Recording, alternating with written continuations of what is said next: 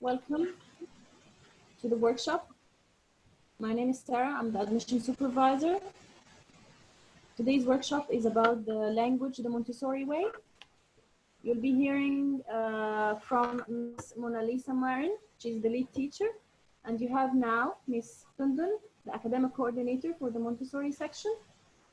The workshop will focus on mainly the oral language development, the writing and the reading. Okay? I'll be here for any questions. If you would like to ask about the admission process or anything regarding the admission or the papers, I'll be here to help you. All right? Okay, Ms. Tundun. All right. Thank you, Ms. Sarah. You're most welcome. Good morning, everyone. Just like Ms. Sarah said, my name is Olatunde Osoyin. I am the coordinator for Montessori Education here at Gateway School. And today I have with me Miss Lisa. You will be hearing her voice later on during the workshop. She will be showing us some live presentations and how we teach English in the classroom. All right. So now I will start by sharing my screen just to take us through some of the guidelines that we'll be following for today's session. All right. So just give me a second while I share my screen. Gateway International Montessori School. And today's workshop will be focusing on language, the Montessori way. So basically, how is language developed or how is language taught in the Montessori classroom? And for today's workshop, we are focusing on English because we actually teach more than one language in our classroom. So our classroom, we also teach Arabic. And in another workshop, probably next week or 2 weeks time, you'll be seeing how that happens. So today we are only going to be focusing on English in the Montessori environment. Okay, so let's start. So just some of the rules that I would like to go over before we go on. So all mics should be muted throughout the session just to avoid distractions. So right now, everyone is muted so that we don't have noise in the background to, disrupt the session. And then if you have any questions as the workshop goes on, if you have any question, you can either post your questions in the chat section so that we can see it, or you can ask your question by raising your virtual hand. If you go to your name, you will see the option to raise your hand. So when we get to the question time, because we'll have at the end, we'll have some time for questions. So you can raise your virtual hand if you haven't posted your questions in the chat. So anyone will work. Either you post your question in the chat and we'll treat it at the end, or you wait and then you can raise your hand when we are done. Okay. Thank you. So let's get into the workshop proper. All right, so like I said, today we are looking at language development in the Montessori classroom, and how is the design of the classroom? What is the, let's say, reason behind the way the Montessori classroom is designed in terms of teaching language? So research has shown us a couple of things that actually influence the way Maria Montessori designed the language curriculum and the way the whole environment as a whole is designed. Okay, so we know that a child passes through different sensitive periods from the minute you are born. So there are different sensitive periods that children go through or they pass through. And what is a sensitive period? A sensitive period is basically a period of time, when the child is able to learn any concept or any skill easily, naturally, like it's natural, it happens by itself. All you just need to do is just to provide an enabling environment, and that development is going to occur. The child is going to develop those skills. And one of those sensitive periods that the child goes through is the sensitive period to language. The sensitive period to language is from ages 0 to 6. So basically, the minute that the child is born, the child is in the sensitive period to language.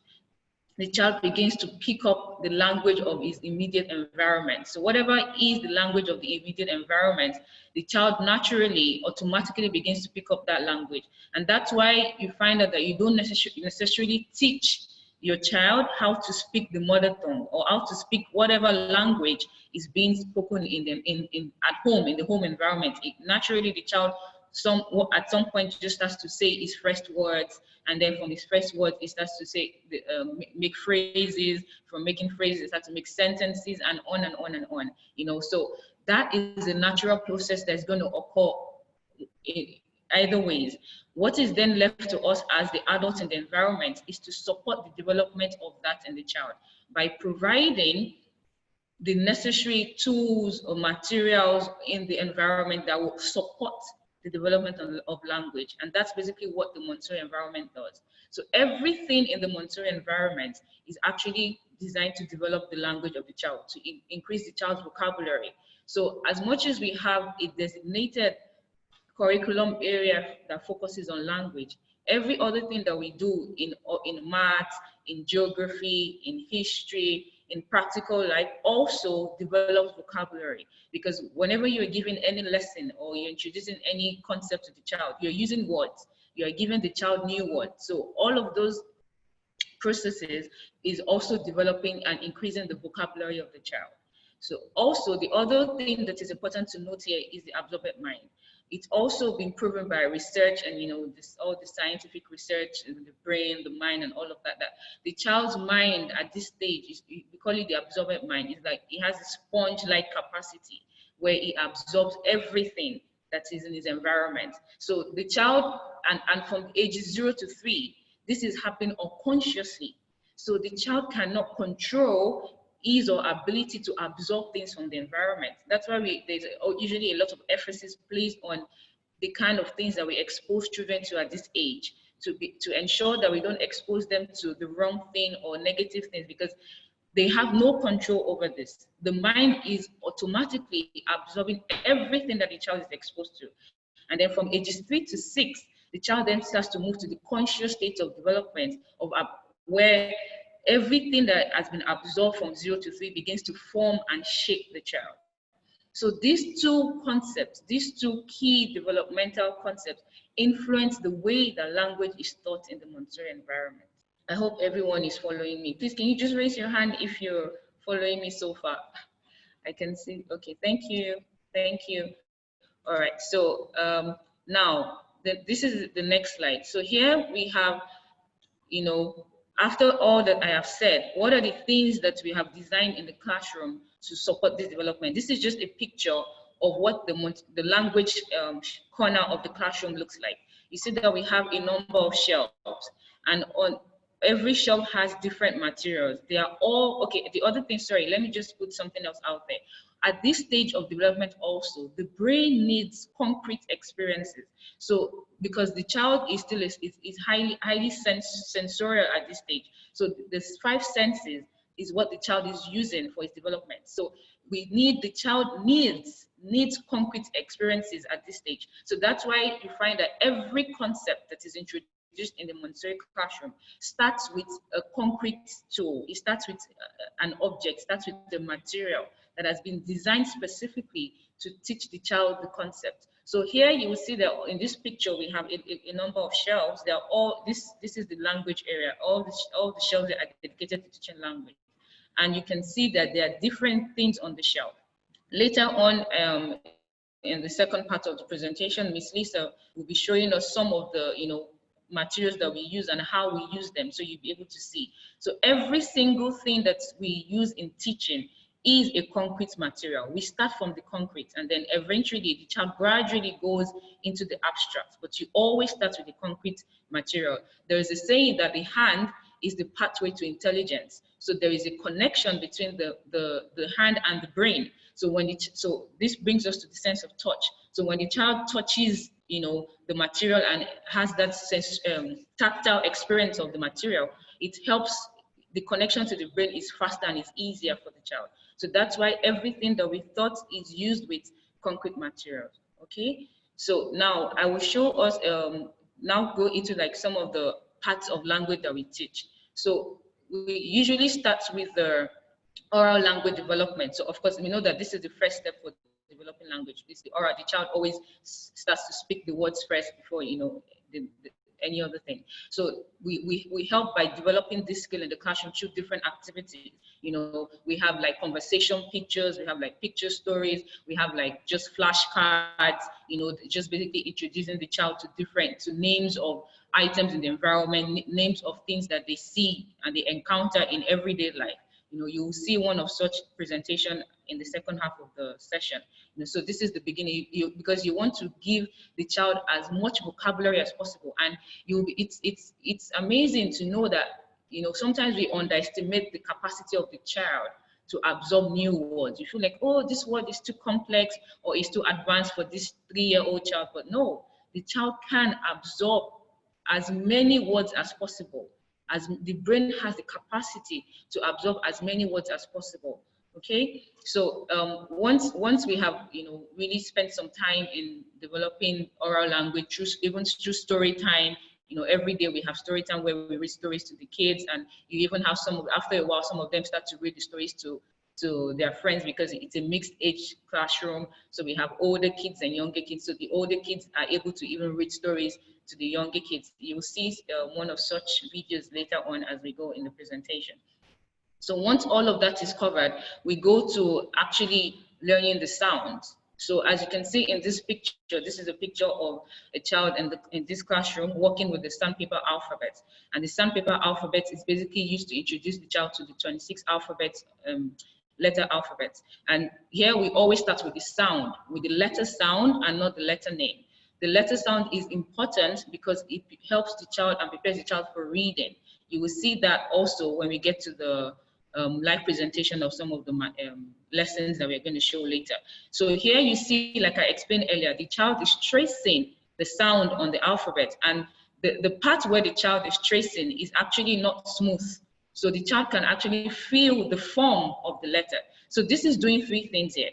The child is, as it's tracing the alphabet, is able to, it's preparing him for writing the alphabet later on, because he's seeing how it's formed, he's feeling how it's formed, and he's also learning the name of the letter sound. So it's not just one thing that is happening. There are a lot of things happening at the same time. Okay, so this is one of the tools that we use to teach sounds in the classroom. So once the child, is able to identify his sounds, we also do like beginning sounds. So I have to be able to identify the sound, phonemic awareness, the sounds in words, okay? So if once, for example, you can see in this picture, this student has matched different objects to the letter sounds. So definitely we are looking at what starts with what, okay? So if I say fish, the child should be able to identify that the first sound in that word is and on and on and on. So this you can see that the reason why I put these pictures here is, because today we don't have children here. So it's basically just 2 adults showing you, but so that you can see how it actually plays out when the children are doing it. And you see that everything that we are doing, there is an object. There is a tool that we are using to introduce just the concept first, for them to have the understanding of what it is that we are teaching.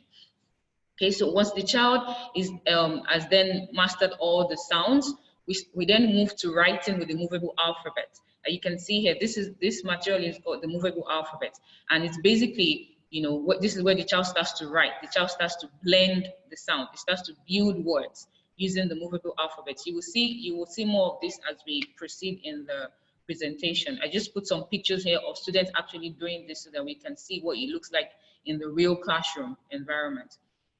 So like I said earlier, you see here in these 2 pictures, these are like handwriting activities. The first one is called the metal inset. This metal inset actually prepare the child for writing. It's used to develop the child's pencil grip, because you're tracing the shapes, and then you have to draw lines, in between what you have traced, the shape that you have traced. And this prepares the child for future writing. You can see children, they actually love this activity, because for them, they're tracing shapes. They don't even, but the purpose of tracing this shape is not just tracing the shape, is to prepare the child for writing, And then in the second picture, you can see that, like I said earlier, that there's a big chalkboard, and the child is working with the sounds. And after he has traced with his fingers, now he's trying to, write the same thing with the chalkboard. And he has the sound with him, because as soon as he traces it, he is able to remember how to write it on the board. And so this is, an example of how handwriting starts in the classroom when you talk about writing with, either chalk or pencil and all of that. And here I have a short video I would just like to play for us, where we have, like I said earlier, this is like story time in the classroom, and we have 3 students. These students are in EC3, which is the last stage in the classroom, and they are reading a story to, to their friends in the class. So I would just like us to just listen as I play them. Big house.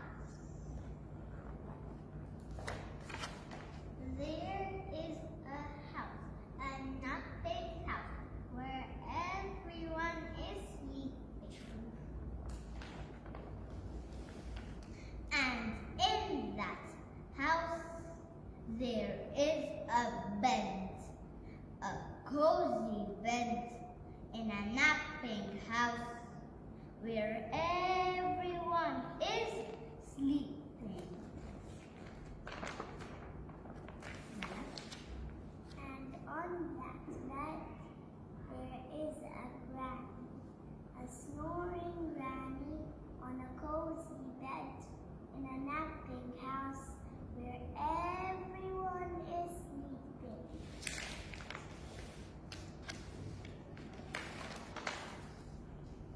And on that granny, there is a child, a dreaming child, on a snoring granny, on a cozy bed, in a napping house, where everyone is sleeping. And on that child, there is a dog, a dozing dog, on a dreaming child, on a snoring granny, on a cozy bed, in a napping house, where everyone is sleeping. And on that dog, there was a cat, a snoozing cat, on a dozing dog, on a dreaming child, on a snoring granny, on a cozy bed, in a napping house, where everyone is sleeping. And on that cat, there is a mouse, a slumbering mouse, on a snoozing cat, on a dozing dog, on a dreaming child, on a snoring granny, on a cozy bed, in a napping house, where everyone is sleeping.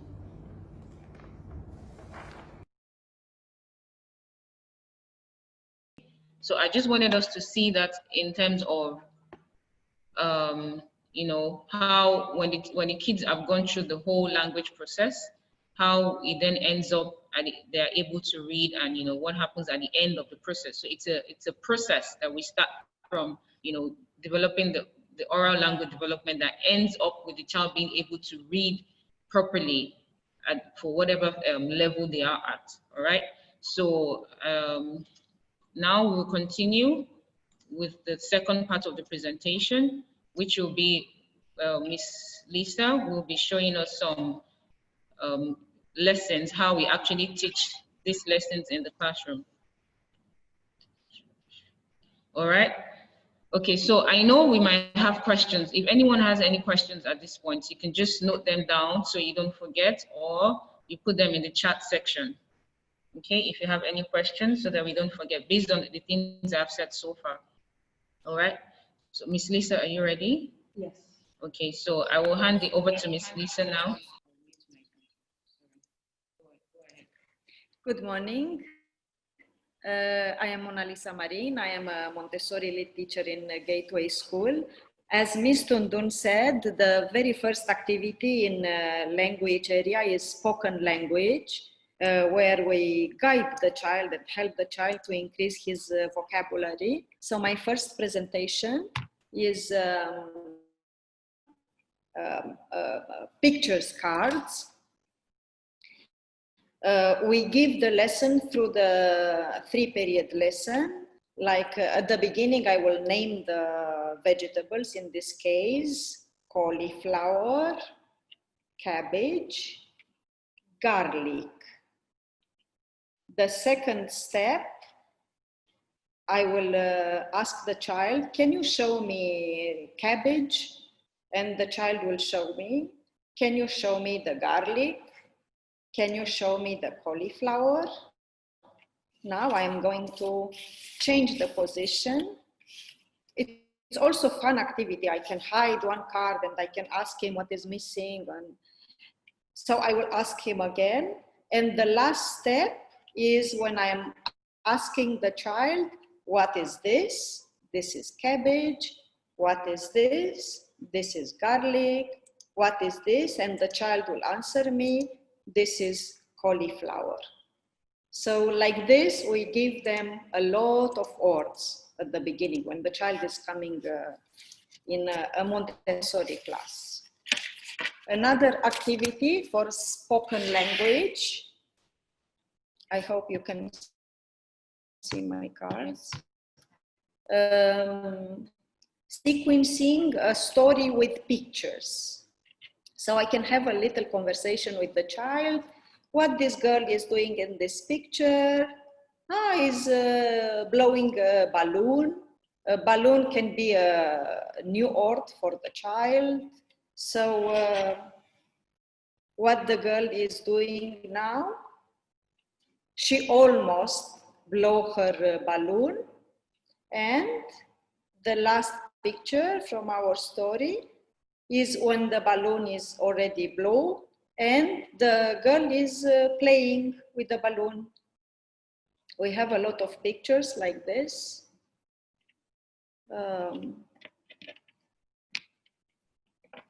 So after spoken language, when the child is confident enough to express himself and to know a lot of words, we go to the next step. The sandpaper letters.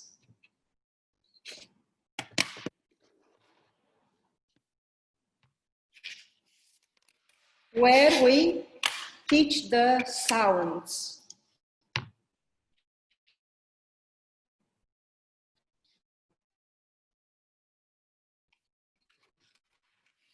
I'm going to trace.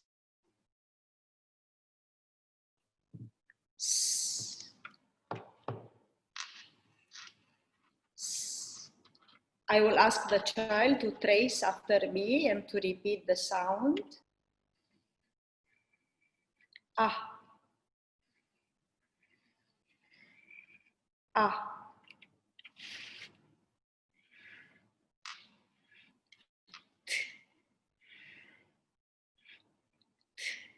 And again, through 3-period lesson, I'm going to ask the child,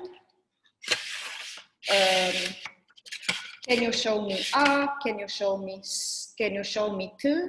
At the end, I'm going to ask him, what letter is this? What is this? What is this? And the child will answer. So after the child will know the sounds, I'm going to introduce the movable alphabet, the symbol. So the child can start to write with the movable alphabet. This is the movable alphabet. We have all the letters here. So usually we use pictures or objects. Bag, pan, bat. So let's start with the first object. Bag. B.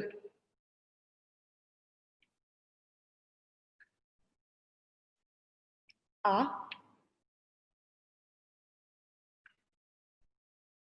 G.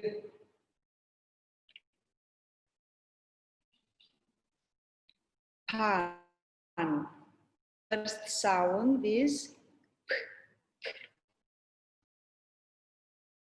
P, pan,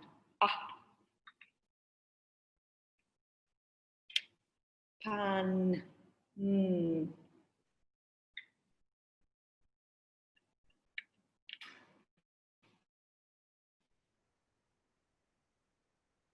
bat. First sound, B.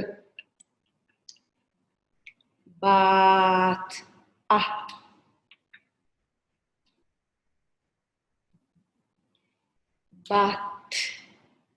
My last sound is T. We have also for all these objects or pictures, we have labels, prepared labels. Bag, pan, but anyway, the child in this stage is not ready to read yet, and I'm not going to ask him to read at the beginning because he's just making words, putting the sound and the symbol together. His hand is not ready to start to write in this stage, so we use the movable alphabet to write.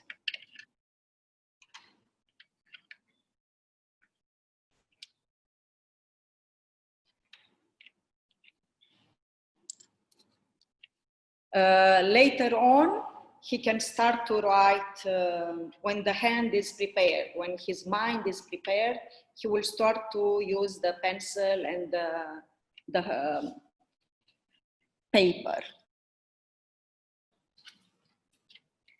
The last area from language is reading. Reading is coming like 6 months after the child will start to write with the movable alphabet, is coming naturally.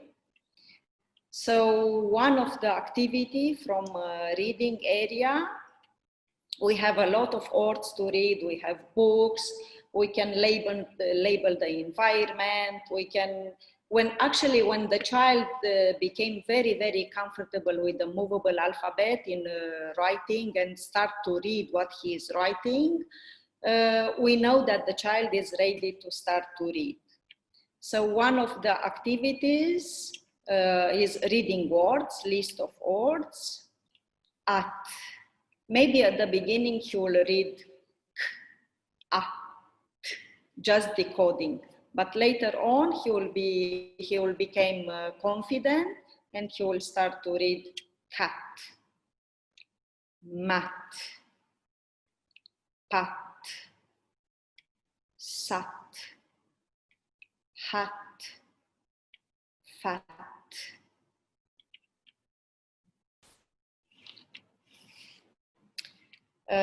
Another activity is reading books.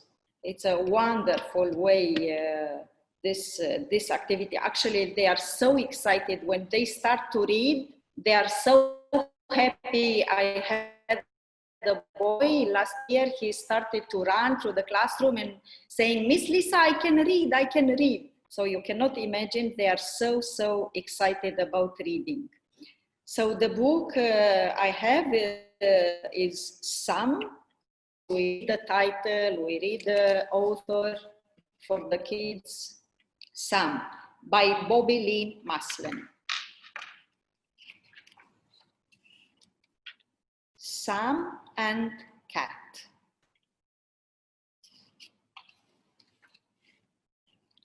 Matt and Cat. Sam, Matt, and Cat. Cat sat on Sam. Matt sat on Sam. Said Sam, said Matt. Sam sat. Matt sat. Okay, Sam. Okay, Matt. Okay, Cat. The end. Usually after we read a story like this, we ask question, what is about the character in this book, what you can tell me, what Sam was doing, how Cat was feeling. So we have a lot of conversations. And they became so confident at the end of the 3-year cycle, and not only. So this was for today, all the presentation from language area. Thank you. So that's some of the, just showing you some of the presentations that we go through in the language area. And one thing I would like to point out is that, so because we have divided our sounds, so we have 26 letter sounds, and these sounds have been divided into 6 groups. So the way we teach the sounds in the classroom is that we have 6 groups. So for example, the first group is called the SMART group. So the children learn the first 4 sounds, and t. After they learn these first 4 sounds, they are then able to go through, this process that Miss Lisa has shown us that ends with reading a book. If you observe that book that she read, please can I have the book, Miss Lisa? Thank you. The title of the book is Sam. Okay? And this book, the child knows it's focused on the first 4 sounds that he has learned. So a child that has learned only 4 sounds is able to go through that process and then start to read a book. So sometimes you might find like a 4-year-old child, starting to read a book like this. Why? Because the book is based on the sounds that he or she knows. So this is also the beauty of the way the language area is structured, that you don't have to wait until the child knows all the sounds before he starts to read a book. This book is actually designed for a child who knows only 4 sounds to be able to read it. That's why it's very simple, and it's focused on just those 4 sounds, and t. So I just wanted to point our attention to that. Okay.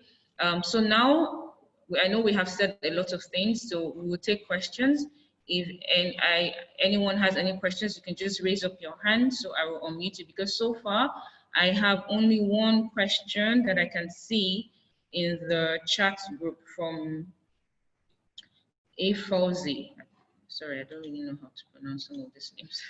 Okay, so so I will just, if any other person has a question, kindly just raise up your hand so that we can take your questions. If no one has a question, that means that we did a great job, I think. All right, so the question here that I have, it says, my child will be 7 years by the end of this year. Is Montessori concept applicable for this age as well? Yes, Montessori is applicable. So the beauty about Montessori is that it starts from birth. So the Montessori groupings, you actually have the needle classroom, which is like for babies. And then you have the toddler classroom, which is like from 18 months to 2.5 to 3. But here at Gateway, we start from 3 to 6. So our first class is from 3 to 6. And then the next class is from 6 to 9. So if you have a 7-year-old, your 7-year-old will fit into the 6 to 9 classroom, which is basically for grade 1, grade 2, and grade 3. So it's our lower elementary classroom. So that's where your 7-year-old child will fit in. So we have that here also at Gateway. Okay, and someone else is asking if I can mention the groups of sounds again. SMART group, yes. And then, okay, so like you're asking if you for all the groups of sounds, yes.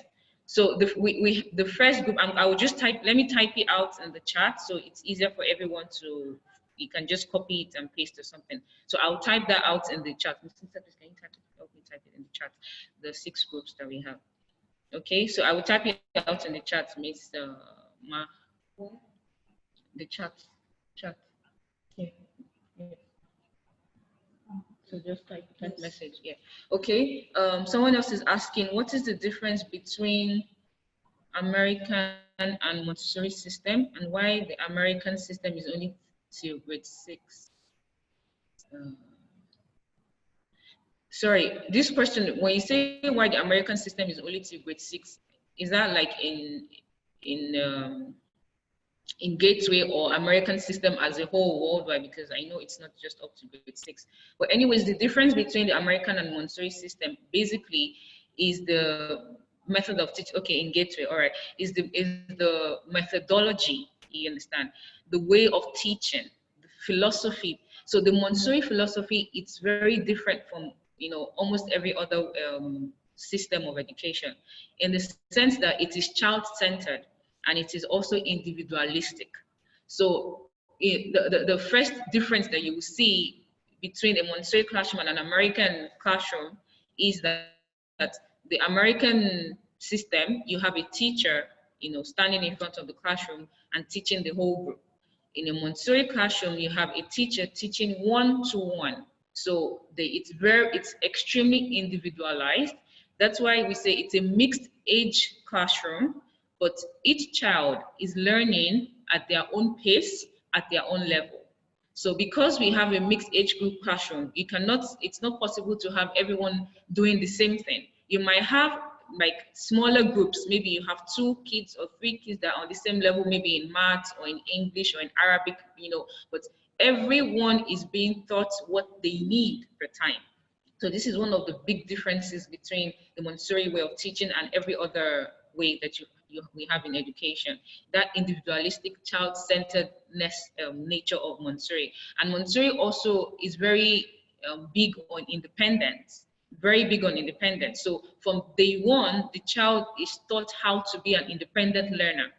The child is taught how to be an independent learner, where after the teacher gives, that's why we have shelves. That's why everything that is needed for learning is on the shelf. It's in the environment. It has to be ready.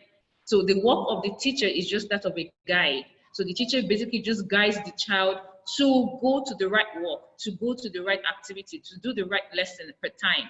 So a good example is, okay, it's the start of the week. Today, Sunday, is the first day of school. The teacher obviously has a plan, you know, for each child. So we have a plan for each child, what the child is going to do this week.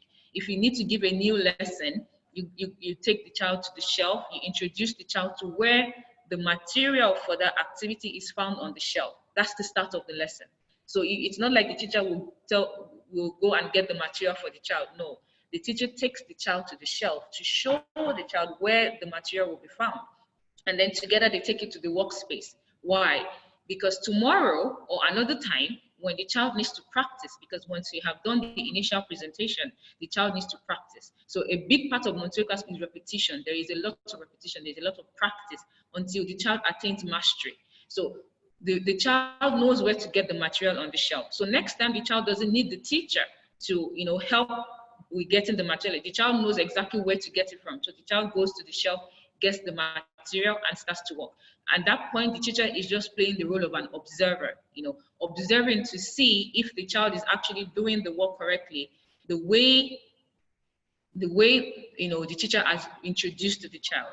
So to answer that question, so this is some of the differences that you've, and also, you know, the mixed age group also, it's a big difference. You know, mixed, you have 3 grades in a classroom, you have 3 age groups in a classroom. You don't find this in the American system. American system is you have grade 4, grade 5, grade 6, and all of that.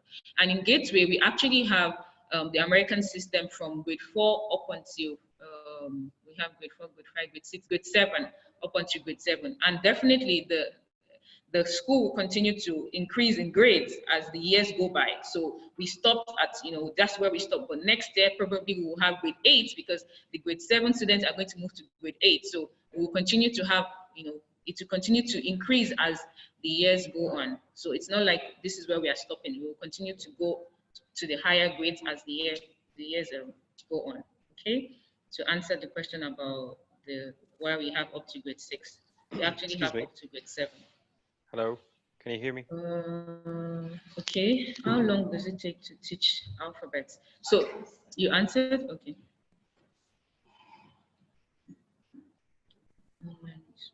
Hello.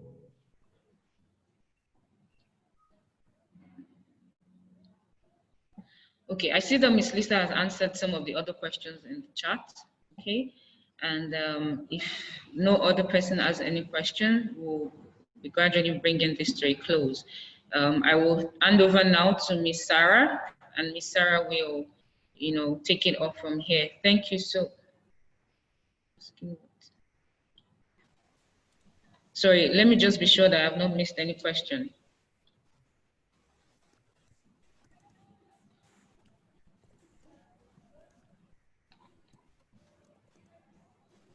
Oh, okay, someone is raising the hand. Okay, I didn't see that. I will unmute you now. Okay, you can go ahead. Okay, can you hear me now? Hello? Hello? Yes, I can hear you, Mr. Noor. Okay, so... I can hear Sorry, you. sorry, Can my you hear computer was Mr. Noor? muted. So can you, sorry, can you just go over the question again? Sorry, yeah. So Okay. the question is, as you said, the difference between the Montessori and the American system is that Montessori deal with the kids individually. Yes. So I know that my kid will be enjoying a lot being taught individually, but once you finish with them and you start with the other child, what will happen? Okay, very good question. I like that question. Okay, Thank you. so basically, you know, the Montessori classroom we have in Gateway, for example, we have 2 to 3 teachers in the environment. You know, we have one lead teacher and then we have like a co-teacher or an assistant teacher. And what I had said earlier, you remember when I said that, for example, once I give a presentation to a child as a teacher, for example, this is the phrase I'm giving a lesson to this child. When I am done giving the lesson, the child needs to practice. So that's not the end of the lesson. The child needs to practice to be sure that what the presentation I have given, for me to know that, oh, the child actually understood what I have taught. So at that point, I step back as the teacher and then observe from like a distance to see how well the child is doing the activity or not. If the child needs, like, if I observe that the child hasn't really understood what I have taught, I can say, okay, I can make a note in my observation book to say, okay, I will be doing this presentation again tomorrow or the next time that I have to teach this. Now, the beauty of the Montessori environment is that today we have only looked at the language area, but I don't know if some of us were here at the first workshop that we did, where I had actually shown us all the areas in the Montessori environment. The environment is rich with a lot of activities, We have the practical life area, we have the sensorial area, we have math area, we have geography, science. So there's always something for each child to do. The children are always engaged. Trust me, everyone is always engaged. There are so many things to do. And then the co-teacher or the assistant teacher has the responsibility of ensuring that every single one is engaged. So you will find that there's a video on our Facebook page, I'll try and search it out before while Miss Sarah will be speaking to you, if we can watch it together. You will see exactly how it works, because I know sometimes when we say these things, parents can't really visualize it. But when you see a video of, you know, the Montessori classroom itself and how the kids are working and everything is just, you know, happening seamlessly, you're able to better understand how the possibility of how individualized teaching actually occurs. Okay, so trust me that every single child is engaged at every single time of the day. There is no one that is just sitting and doing nothing, because the environment is designed. And you know, I said something earlier also about independence. So it's a way that teaches children how to be independent. So it's part of the child is responsible for his or her learning. They know exactly what to do and how to do it. And you find the older ones even teaching the younger ones. So it's a whole beautiful cycle, and you know, when you see it in action. Okay. Okay, so how many kids in the classroom? How many kids do we have? So currently we have, the maximum number we have is 19, but the classroom has the capacity to go to, like, let's say 22. Yes. Okay, so it will be basically, that's what I understand, and please correct me. So it will be basically like, let's say 19 kids in the classroom, and you'll be working individually as the teacher, the main teacher. You'll be working individually with each one of them. Then after finishing his part, which is around, I don't know how many minutes you'll be spending individually. Okay, I don't know. I think the best thing for you to really, I can see where there is to see a video of the class. I will show you. I'll prefer that because I'm really not getting how this will work out. I totally understand. It's difficult to visualize unless you actually see it in action, you know. So I'll try and play a video, or I can send you a link to the video so you can watch it. Okay. Okay, and you said in the classroom there'll be different ages. Yes. How's that works? Okay. Because Again, like my kid will be in KG2 next year, the coming Okay. year. So at the same time, he'll be having a friend of grade 3 at the same classroom. Or I'm Say that mistaken in again? this. Okay. So again, it's the same thing. Like I said, each child is learning at its own pace. Okay. So because I am teaching each child, I'm not teaching the whole class at once. I'm able to teach and give lessons to each person based on what they need. So for example, I will use this language that we have done as an example. We have some kids that are at the stage of, maybe they are EC1, they are pre-K. They are just coming to the environment. They are at the stage of all these oral language lessons, doing a lot of vocabulary lessons, okay? You have some other kids that are at the stage of learning the sounds and starting to write and starting to blend three-letter words. You have some other kids that are advanced readers that are able to read fluently. So how will all of these lessons, or how will all of these kids be catered to in the environment? It's basically that each one at the start of the day, each child has their own plan. So I have my plan. It's a 3-hour work cycle. Okay, let me just put that in there. We have a 3-hour work cycle. Okay, so during the 3-hour work cycle, this is my plan, and this is what I have to cover. This is what I have to do.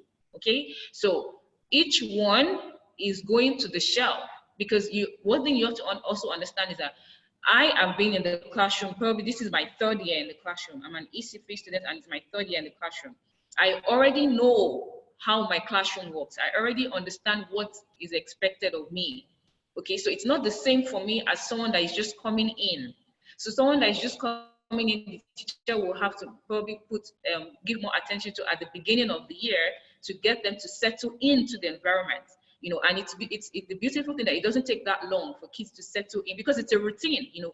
Kids need routine, and when you have a routine that is repeated every day, it's quickly they get used to it, quickly they understand, quickly they adjust to it, and they're able to flourish in that environment. So, and also probably the older kid that is like an EC3 is also able to guide the younger ones. And that's one of the advantages of the multi-age classroom, that we are raising independent children. We are raising leaders that understand how to, be in a community, how to guide the younger ones. So I've been here for 2 years or 3 years. When a new child comes in, I'm helping that child to settle into the environment, supporting the teacher in her work. So trust me when I say that each person is learning. Each person is attaining their learning goals. There is no one that is left behind. There is no one that doesn't get the necessary, because it's a 3-hour work cycle. In those 3 hours, I will do different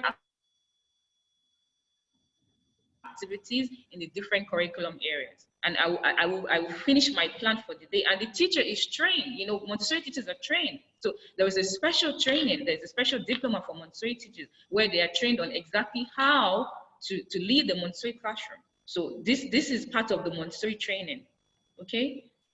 I don't know if I was able to answer your question.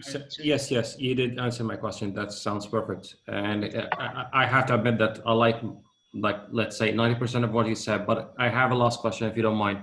Okay, sure. Go for it. Okay, for the current situation, and we're working with the COVID-19. So what would be this is the main question. My son in KG1, he was, let's say, without mentioning any name, in one of the best supposedly school in Cairo. So the case is, when it comes to the online learning, it was a disaster, a total disaster. I understand he's a KG1, that's number one. Number two, this is new for all the schools. But now we know that there is a possibility, God forbid, of course, that this will be the case for next year. So what's the plan for that? Okay, like you said, this is a whole new world for every one of us. And because Montessori is highly dependent on concrete tools, like I explained earlier. Exactly. Yeah. The whole Montessori, so this is like a global thing. So you find that I'm supposed to be attending a webinar next week that is being organized by like a global Montessori organization, you know, in discussing and planning and seeing how we can continue Montessori education based on the current realities. So I will not tell you now and say, oh, we have this plan that is all, you know, perfect and all that, but we are working on a plan. And what I can say is that, like what we have done, you know, to end this school year, yes, we went online and then we tried to focus more on abstract skills, you know, for each level, because as much as your learning is concrete, there are also certain skills that the child needs to master abstractly. You know, the child should be able to do abstractly without using the tools at different stages of learning. So this is what we had used, you know, we had focused on at the end to end this school year. But for next school year, definitely whatever we are doing, if we are still going to be online, whatever we are going to do is going to, as much as possible, we are going to individualize it. So this is the number one thing, that there will be as much, it will be as individualized as possible. So possibly each student will have his own time with the teacher where learning happens. So it's not like, oh, I have a group of students, but I'm teaching each child, just like if I'm in the classroom. And also parents will be provided with links or tools or materials, which is what we had also done. What we also done is that we had sent like a home package to every parent, you know, to help them with whatever we are teaching. So they also have the same resources at home. So definitely next school year, if this is going to continue, there will be certain tools that we'll be recommending for parents to have at home. So as I'm a teacher in the classroom and I'm teaching using Zoom or whatever platform I'm using, there's something at home that, you know, the parent is able to follow up or the child is able to also use to continue his learning. So that's as much as I can say, you know, concerning how next year is going to look like. But there is really nothing definite yet, you know, for that. Yes, of course. Thank you so much. We appreciate it. You're welcome. You're welcome.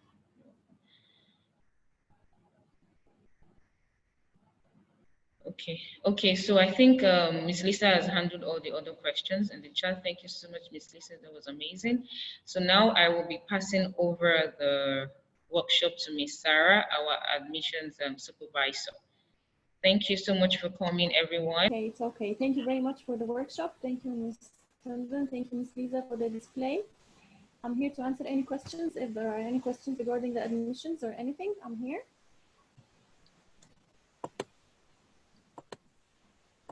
Are there any questions?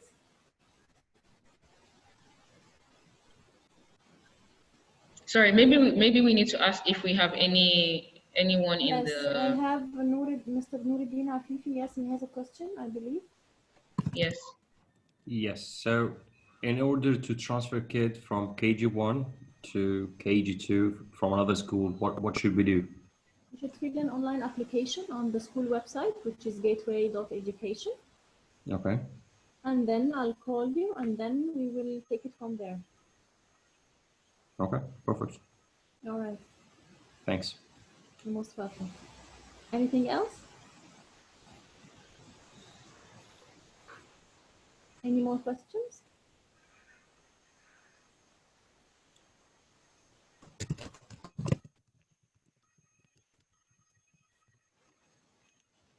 No, we don't give French as a second language. We have two second languages. It's Spanish and Mandarin, which is Chinese.